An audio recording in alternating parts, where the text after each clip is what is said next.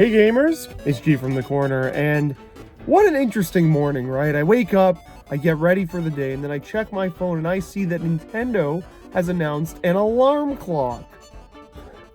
Classic Nintendo. We're all expecting the Switch 2, a brand new console, a direct, something relating to their inner development circles, and we get an alarm clock reveal. You know, I have no words. It's a very silly product, I'll be real.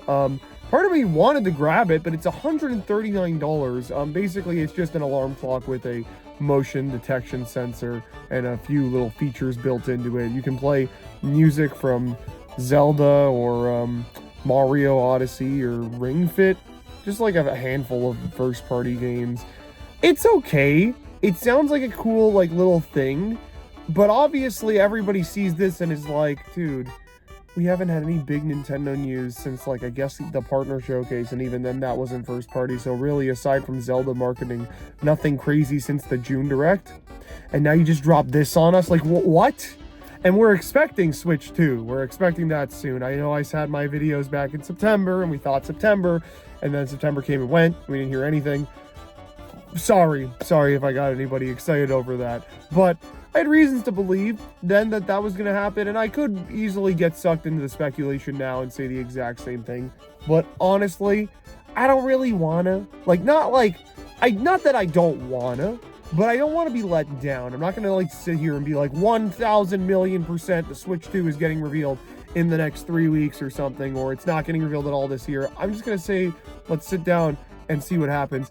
But this does point to a few things. For one, I've been browsing Family boards after this happened, and everybody obviously went crazy. We always say reset the clock over there. Nintendo has literally given us a clock to reset, which is kind of hilarious, very funny.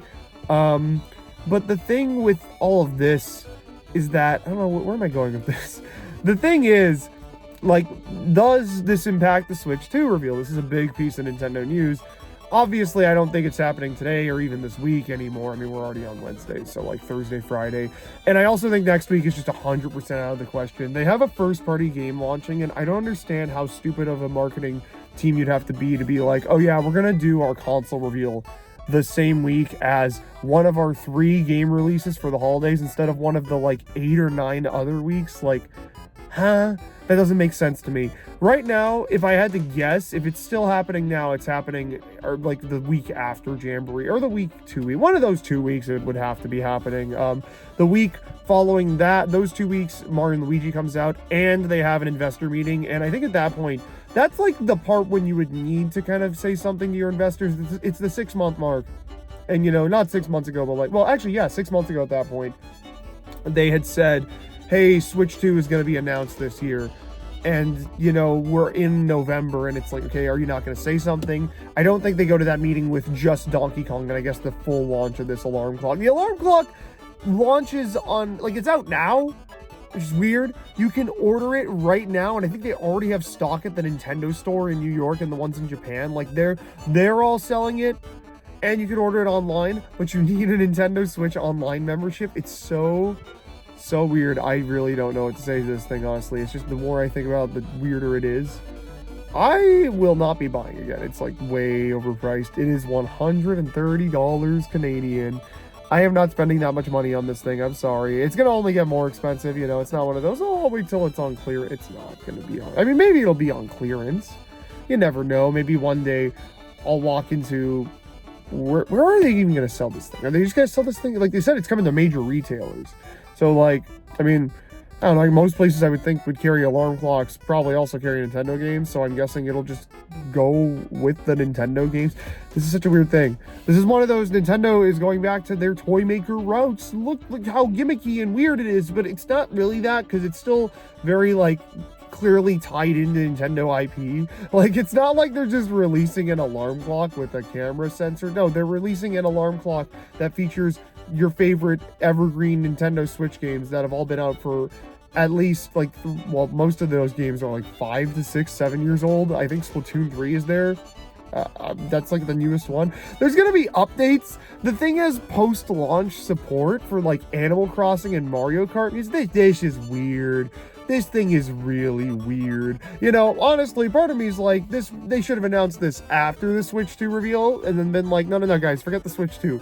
Buy our alarm clock that's out now, but I guess not. Again, I can't imagine them going to their investors at the start of next month with literally nothing. So there will have to be some, like, that's the thing. This is still like an interesting first party announcement, but this isn't what they need to announce right now. They have like actual needs. Like there is one game next year. Okay. September Directs always detail like the first few months of the year, maybe even the entire first half in some cases, right? This year, just none of that. Like no September Direct.